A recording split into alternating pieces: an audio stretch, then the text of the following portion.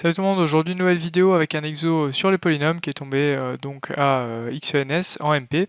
Donc on considère P de x, le polynôme x cube plus ax carré plus bx plus c, où a, b, c sont des réels. Il faut montrer que les racines de P ont une partie réelle strictement négative si et seulement si a, b, c et ab moins c sont strictement positifs. C'est ce qu'on appelle le critère de Root-Hurwitz qu'on utilise pas mal en SI. Donc voilà pour l'énoncé. N'hésite pas à lâcher un petit like si tu penses que la vidéo peut être utile, et sinon je vais donner des indications pour te permettre de démarrer le problème si tu es bloqué, et je vais passer ensuite à la correction. Allez, donc trois petites indications. La première, c'est justifier que P admet une racine réelle. On peut donc écrire P de x égale x plus alpha fois x carré plus bêta x plus gamma. Deuxième indication, se ramener à une condition nécessaire et suffisante sur les signes de alpha, bêta et gamma. Troisième indication, montrer que alpha, bêta, gamma sont strictement positifs équivaut au fait que A, B, C, AB moins C sont strictement positifs. Allez, donc corrigeons ce problème. Donc on a déjà un argument qui est tout le temps utilisé quand on a un polynôme de degré impair, c'est que un polynôme de degré impair admet nécessairement une racine réelle.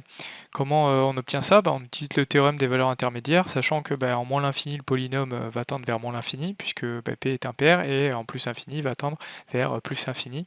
Et donc P étant une fonction continue, elle s'annule forcément sur R.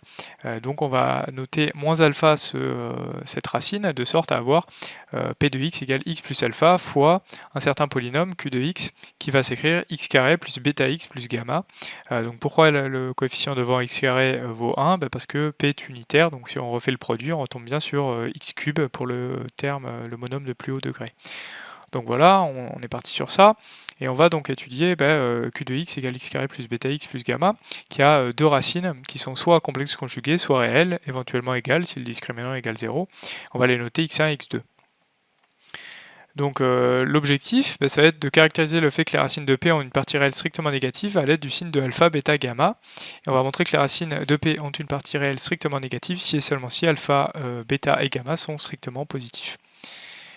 Donc dans le sens direct, si on suppose que les racines de P ont une partie réelle strictement négative, donc si Q admet deux racines réelles, c'est-à-dire si bêta carré est supérieur ou égal à 4 gamma, donc ça c'est la condition qui est issue du discriminant qui est supérieur ou égal à 0, donc on a une propriété qui dit que le produit des racines ça vaut C sur A. Donc ici ça va valoir gamma, et donc vu que x1 et x2 sont supposés être avoir des parties réelles négatives, donc être négatifs, puisque les racines sont supposées être réelles, le produit va être positif, et donc gamma va être strictement positif. Et de la même manière, on a la somme des racines qui vaut moins b sur a, donc ici on a x1 plus x2 qui vaut moins bêta, qui est supposé être négatif, somme de deux négatifs, et donc ça veut dire que bêta est positif. Maintenant, si Q a deux racines complexes conjuguées, la partie réelle de x1 elle est égale à la partie réelle de x2. Pourquoi? Parce que les racines sont complexes conjuguées. Donc ces parties réelles elles sont égales à 1 demi de x1 plus x2. Et donc on a toujours une propriété sur les polynômes qui dit que ça vaut moins bêta sur 2. Et donc c'est négatif par hypothèse. Et donc ça veut dire que bêta est positif. Et comment est-ce qu'on va conclure pour le signe de gamma? On a une condition sur le discriminant qui est que bêta carré est strictement inférieur à 4 gamma. Donc ça veut dire que gamma est strictement supérieur à bêta carré sur 4. Et donc j'ai oublié le carré, mais ça ne change rien. Gamma est plus grand que quelque chose qui est strictement positif, et donc gamma est lui-même strictement positif. Et dans l'autre sens, c'est exactement la même chose, mais à l'envers. Donc si bêta et gamma sont positifs, et alpha aussi, alpha, voilà, c'est vite réglé, mais c'est surtout la partie réelle de x1 et x2 qui nous intéresse. Donc si bêta et gamma sont positifs, alors Q strictement, alors Q possède deux racines réelles, elles sont toutes deux négatives par ce qui précède. Sinon Q possède deux racines complexes conjuguées, et puisque bêta est strictement positif, les racines ont une partie réelle négative, comme c'est ce qu'on a vu au-dessus. On a montré que les racines de P ont une partie réelle négative si et seulement si alpha, bêta, gamma sont strictement positifs. Donc on est pas mal avancé. Maintenant il va falloir se ramener à A, B, C, c'est pas le plus difficile maintenant. Donc on a P de x égale x cube plus ax carré plus bx plus c, donc ça c'était notre polynôme de base. On l'a transformé en x plus alpha fois x carré plus bêta x plus gamma, donc on va juste se développer pour avoir une expression de alpha, bêta, gamma en fonction de ABC, ou plutôt l'inverse, une expression de ABC en fonction de alpha, bêta, gamma. donc par unicité donc, de l'écriture polynomiale dans une base donnée, ici la base canonique, on a que A égale alpha plus bêta, B égale gamma plus alpha bêta, C égale alpha gamma. Donc si alpha, bêta, gamma sont strictement positifs, on a immédiatement que A, B et C sont strictement positifs. Maintenant, AB moins C, ça fait quoi? Ça fait bêta fois alpha carré plus alpha bêta plus gamma. Bon, c'est un produit et somme de termes positifs, donc c'est positif, ça dégage. Maintenant, on étudie les réciproques, c'est-à-dire si A, B, C et AB moins C sont positifs, ça veut dire quoi?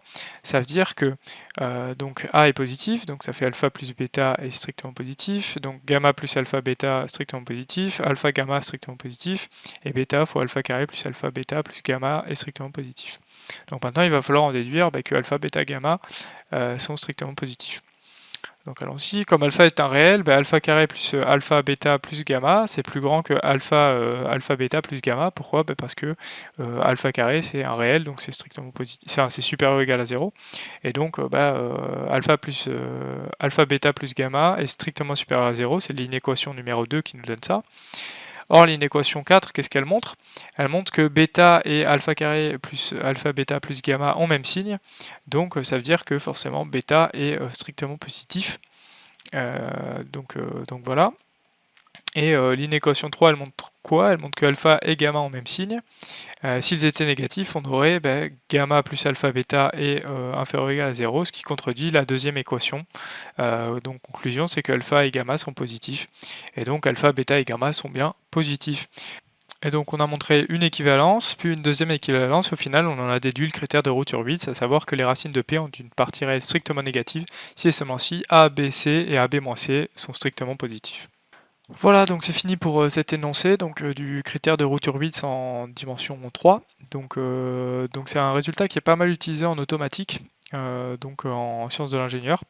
Et voilà, en tout cas l'exercice il permet de bien réviser donc les propriétés usuelles sur les polynômes, notamment l'argument phare, c'est que un polynôme de degré impair admet nécessairement une racine réelle.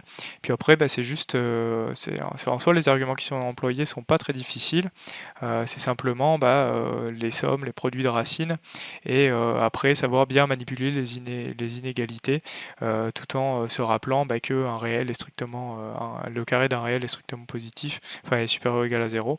Donc c'est pas mal, c'est pas difficile, mais il faut être très méthodique et avoir l'intuition quand même de travailler sur alpha, bêta, gamma plutôt que sur ABC dans un premier temps et AB-C.